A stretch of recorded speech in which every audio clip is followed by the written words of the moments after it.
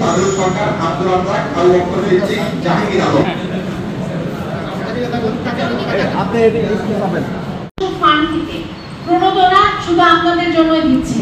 এটাকে আমাদের যে উপজেলা নির্বাহী কর্মকর্তা আমাদের এই কাজে লাগানোর জন্য আপনারা সেটা কাজে লাগাবেন। আমাদের জমিকে এবং আপনারা কিন্তু ভবিষ্যতেও কোনোদিন এই ধরনের কার্যক্রমে কিন্তু আপনাদের এখানে আমরা দিচ্ছি না।